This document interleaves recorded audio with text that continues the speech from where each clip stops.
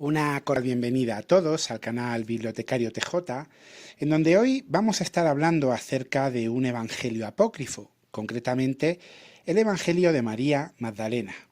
Y bueno, ¿por qué quiero hablaros hoy concretamente de este evangelio? Pues básicamente por dos razones. Una es porque en este canal estamos analizando diferentes apócrifos para mostrar por qué no deben ser parte de la Biblia.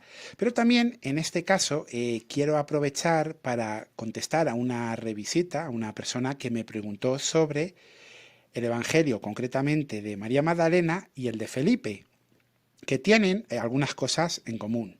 También analizaremos el Evangelio de Felipe en otro vídeo más adelante, pero ahora nos vamos a centrar en el de María Magdalena.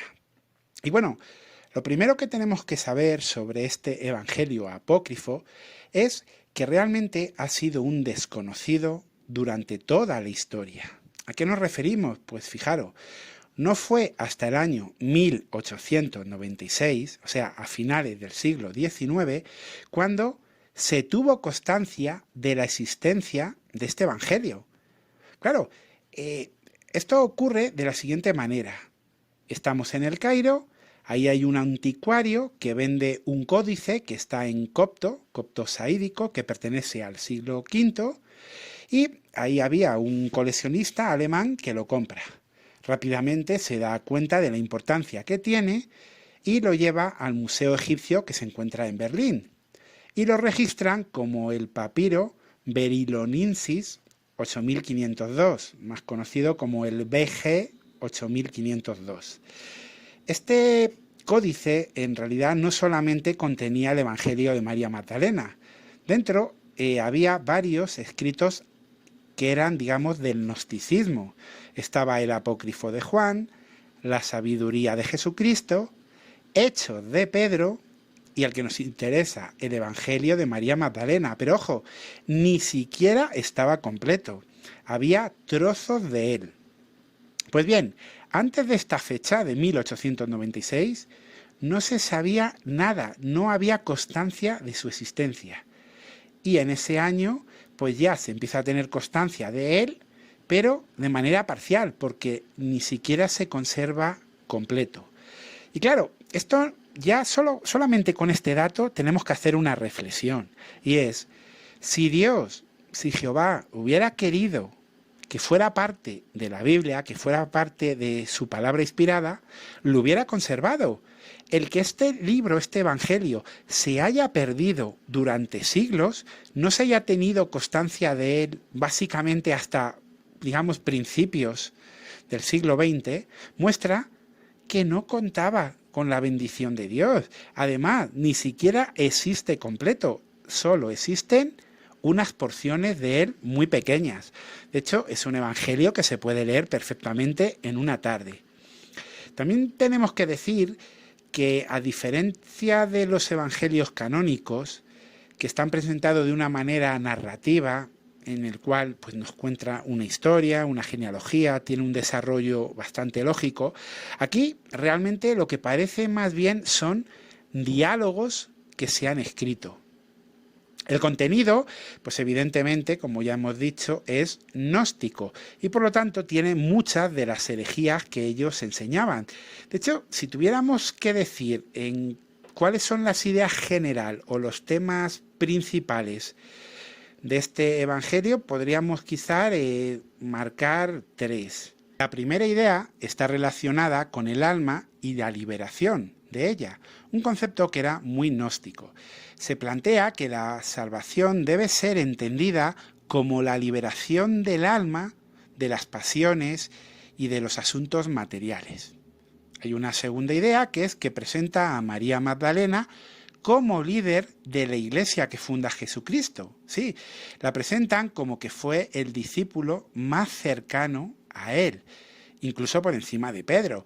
De hecho, este evangelio lo que relata es enseñanzas de Jesús y cómo él le contó algunas cosas de manera secreta a María Magdalena, un conocimiento que solo se lo dio a ella, porque era, digamos, el discípulo más cercano y sobre quien tenía que estar el fundamento de su iglesia.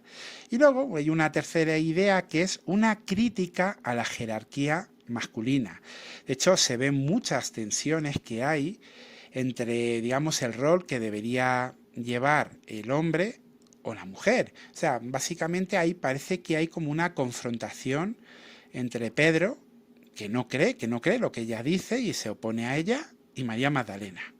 Bueno, evidentemente todos estos temas tienen conceptos gnósticos. Todos estos temas es lógico que no tuvieran ninguna importancia ni en la época en que fue escrita. ¿Por qué? Porque realmente son ideas gnósticas, pero además adornada de mucha ficción. Esa idea de que Pedro tenía confrontaciones dialécticas con María Magdalena, que Jesús resucita y le da un conocimiento especial a ella, pues evidentemente no tiene sentido. Jesús fue conocido como el gran maestro y él enseñaba de manera pública, no lo hacía de manera secreta, no. Además, algo que llama también la atención es que, a diferencia de otros evangelios apócrifos, no es mencionado por ninguno de los padres de la Iglesia.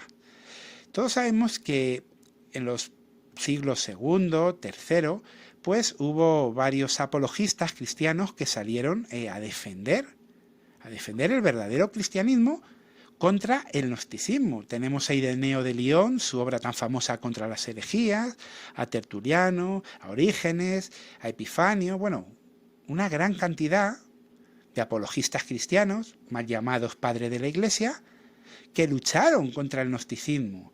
Y a veces pues citaban algunos evangelios gnósticos, como puede ser a lo mejor el de Felipe u otros, pero nada, no se menciona absolutamente nada de este evangelio.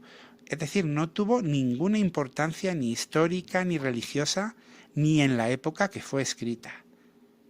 Se perdió y no fue descubierto hasta finales del siglo XIX, y básicamente mientras se tradujo ya entramos en el siglo XX, mostrándose que Dios no tenía ningún interés en conservar esa obra. A diferencia de libros que sí son canónicos, como el libro de Apocalipsis, que aunque la Iglesia lo quiso quitar y dudó de él, ahí está en la Biblia, porque Dios quiere que esté ahí, pues evidentemente este apócrifo no está en la palabra de Dios, porque Él no lo quiere. De hecho, ni siquiera se ha conservado completo.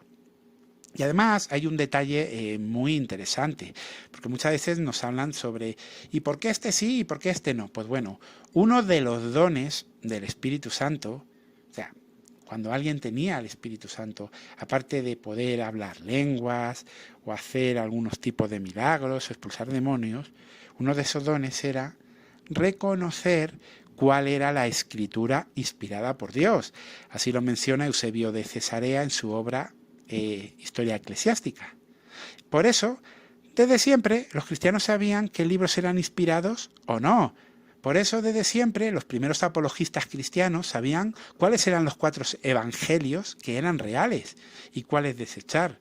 Y por eso, nunca se incluyó al evangelio de María Magdalena. Ahora bien, ¿por qué, si es un evangelio tan desconocido que ha estado en el olvido, por qué a veces hay personas que preguntan por él? Pues ¿sabéis por qué? Porque ha recobrado más importancia a raíz de un libro, de una novela, que sí que puede ser muy entretenida, pero no deja de ser una novela. Hablamos del Código Da Vinci, escrito por el escritor Dan Brown, que también fue llevado al cine e interpretado por Tom Hanks. Pues bueno, ahí se plantea que Jesús tuvo una descendencia con María Magdalena y bueno, a raíz de ahí hacen una película. Primero una novela y luego una película. Pero en esa película citan concretamente del libro de María Magdalena, de este apócrifo, y del Evangelio de Felipe. Y a raíz de unos datos que ahí se menciona de que era su discípulo más allegado, que tenían una relación especial, incluso que le besaba en la boca, pues a raíz de ahí se monta en una película, literalmente, y mucha gente empieza a llamarle la atención y empiezan a plantearse, bueno, pues si esos evangelios existen, ¿por qué no son parte de la Biblia? ¿No habrán querido ocultar algo? Pero realmente, como ya hemos visto, no tienen ningún tipo de validez estos evangelios. Le llaman el evangelio de María Magdalena, pero no fue escrita por ella, ¿no?